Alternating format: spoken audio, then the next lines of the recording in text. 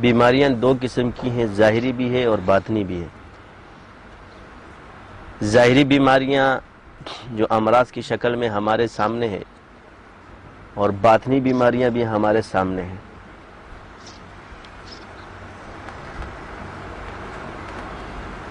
یہ تمام چیزیں کیسے پیدا ہوتی ہے؟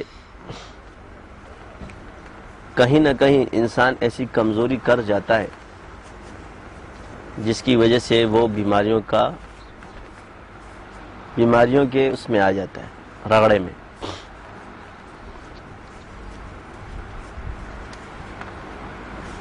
اب بیماریوں میں اور دوا میں جب کڑوی دوا کھاتا ہے تو بہت برا لگتا ہے۔ اصول بھی ہے کہ جو شخص بھی بیماری کے بعد دوا کھاتا ہے، دوا کڑوی ہوتی ہے، صحت جلدی مل جاتی ہے، مگر اس کا دل دوا کھانے کو نہیں کرتا۔ کوئی بھی ایسا بیمار ہوا جو شوق سے دوا کھاتا ہو، وہ صحت مند نے دوا کھانی نہیں ہے۔ مگر میٹھی چیزیں بہت جلدی کھانے کے چکر میں ہوتا ہے، مرغوب غذائیں کھانے کو دل کرتا ہے، مگر طبیب اس پر منع کر دیتا ہے، مگر اس پر کسی کو اختلاف نہیں ہوتا،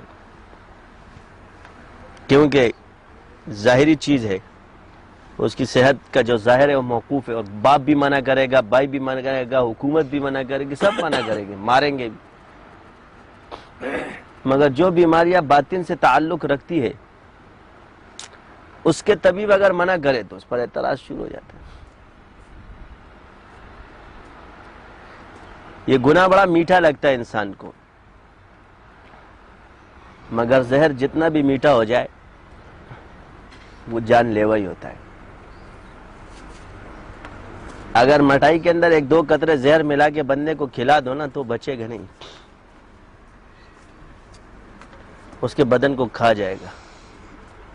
اس طرح گناہ کو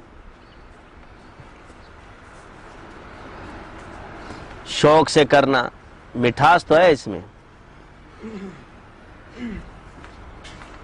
مگر وہ مٹھاس تباہی کا پیشیمہ ہے، بے سکونی، بے چینی، وقتی لذت آپ کو دے دیتا ہے، مگر اس کے بعد جو تباہی پیدا کرتا ہے وہ انسان کے کنٹرول سے باہر ہو جاتا ہے۔ اسی طرح فوڈ پوائزن کھانے کے بعد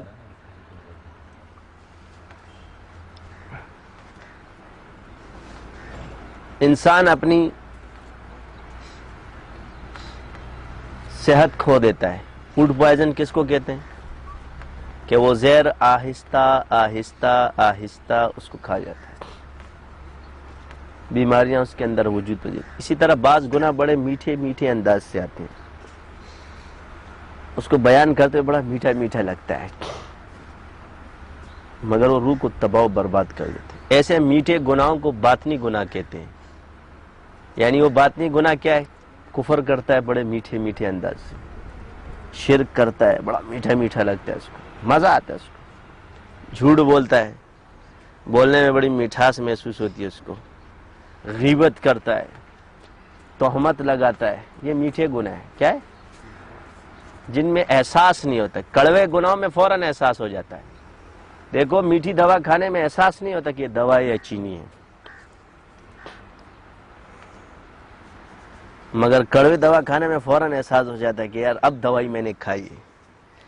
تو ظاہری اور باطنی گناہ کی مثال اسی طرح ہے۔ جو گناہ ظاہری ہے وہ کڑوا ہوتا ہے، فوراً احساس ہو جاتا ہے انسان کو کہ میں غلط کام کر چکا ہوں،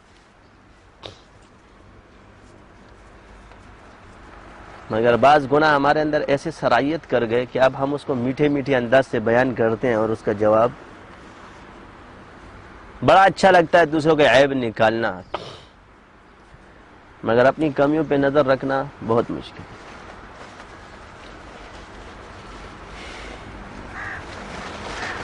موجودہ فسادات بھی یہی ہے، ہم میٹھے گناہوں میں مبتلا ہو چکے ہیں، اور ہم اس کو گناہ بھی نہیں، کیونکہ ہمیں احساس ہی نہیں ہے۔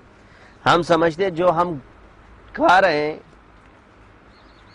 وہ چینی ہے یا زہر، یہ پتہ نہیں، اور یہ تو عالم کو پتہ ہوتا ہے۔ تو میٹھے گناہ کے لیے اس کا باطنی عالم ہونا ضروری ہے، اور ظاہری تو جو بھی کھا لے گا اس کو فطری احساس ہو جاتا ہے کہ میں نے غلط کام کیا۔ کڑوی دوا بچے کو بھی کھلا دو تو وہ کہے گا ہاں دوا میں نے کھا لی، روئے گا نہیں کہے گا. اس کا شعور اس کو زندہ کرتے، اس کی فطرت اس کو زندہ کرتے. بعض گناہ علمی ہیں اور بعض گناہ انسان کی فطرت سے تعلق رکھتے. تو جو روح کی بیماریاں یہ علمی گناہ ہیں، اور اس کو پہچاننے والا عالم کہلاتا ہے. اسی کو بزرگ اور صوفی کہا جاتا ہے کہ جو ان گناہوں سے بچتا ہے. جو بدنی گناہ سے تو عام آدمی بچ جائے گا، جی زنا ہو گیا کہ انسان سے اس کو پتہ کہ میں نے غلط کام کیا ہے. کوئی بھی آدمی معاشرے میں کافر ہو، مشرک ہو، یہودی ہو، نصرانی ہو، کوئی بھی مذہب اس چیز کو جائز نہیں سمجھتا. فطری طور پہ اس کو غلط ہی مانا جاتا ہے. حتیٰ کہ جو لوگ اس میں مبتلا ہوتے ہیں وہ بھی بے چین رہتے ہیں. تو اس سکون کی تلاش کے اندر جب وہ گناہ کرتے ہیں تو دوسرا گناہ کر جاتے ہیں اور شراب پینا شروع کر دیتے ہیں کہ ہمیں کچھ سکون ملے. تو پھر ایک گناہ نے ام الخبائث کو جنم دے دیا.